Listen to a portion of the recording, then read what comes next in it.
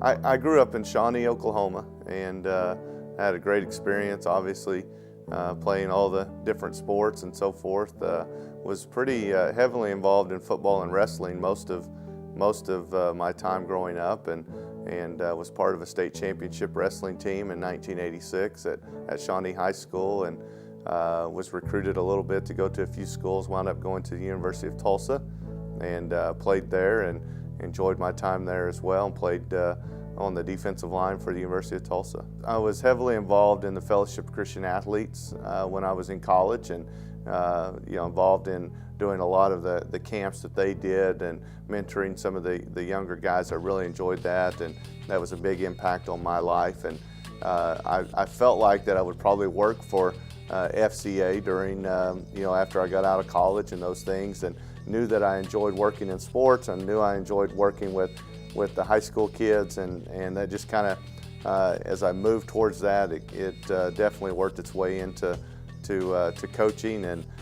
just something that I felt like that the Lord just kind of guided me to. The interesting thing is, my third year I was able to coach for Bill Blankenship here at Union as an assistant. I got the defensive line job here. We had a pretty good football player named Justin Fuente at the time at quarterback, and he led us to quite a few wins over the next couple of years. I think probably the most satisfying thing that I get out of coaching is watching kids celebrate. I think winning games and seeing those things are real important, but you see the impact that it has. Seeing a goal set and seeing someone reach that goal is pretty special, because you know that it impacts not just that one person, but you see the moms, you see the grandmas, you see everyone taking pictures. You realize it's much bigger than just a locker room or a football field, and within that you see those small victories in kids. You see kids that you just don't know if they're going to be able to make it through it, and you just see them grow up, because by the time we get them, we get them when they're 15 years old, and they leave us when they're 18, and in those 3 years,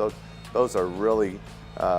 those are impactful years that we all understand that's gone through them, and to see someone grow up and mature during that time is pretty neat. Well, being back 5 years, I can remember coming back here and taking the job, and I can remember telling the superintendent that I don't think Union should ever lose a game, and not in a sense of being overconfident, but I just felt like that the expectations were built here, that you were able to compete for a championship every year, and whether you got there or not, you should be competing for it, and so that's some of that confidence we instill back into our kids. And one of the things that we feel like is key here is that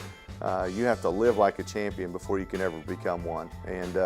there's been some kids that maybe they didn't play in the game, or maybe they didn't score the touchdown or whatever it might be, but we know that they're champions by the way they're living their life. My family, my wife and I've got 2 boys. We love the Tulsa area. Even in Owasso, or our experiences at Stillwater were outstanding, but we just seem to love South Tulsa. I mean, we're an hour, a little bit over an hour from the lake, and enjoy that time with my family that we have when we get that time, and we've got family close, and we love the opportunities that Tulsa gives to our children, and watching them grow up in this area. To me, I just think coaching high school and coming to work here, it never seems like you're coming to work. This is just something that